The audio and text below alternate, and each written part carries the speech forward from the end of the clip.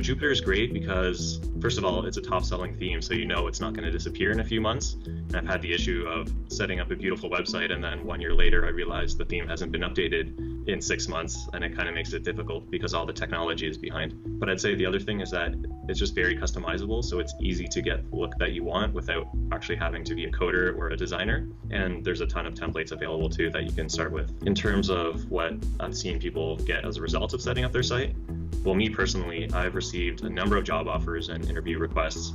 I've had consulting clients, which I never would have imagined. I've had random people come up to me at a bar and tell me that they read my blogs and they enjoyed them or whatever. I've had people message me saying they want to work together on a project.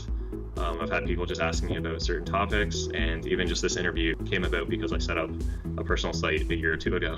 Even just using WordPress and Jupyter is a drag and drop experience. So like, even though you might be intimidated by the fact that you need to create your own website and you don't know HTML or anything, the technology exists that you don't actually have to go through and become a hardcore web developer. I want people to have their own personal sites just because of the results that I've seen in my life.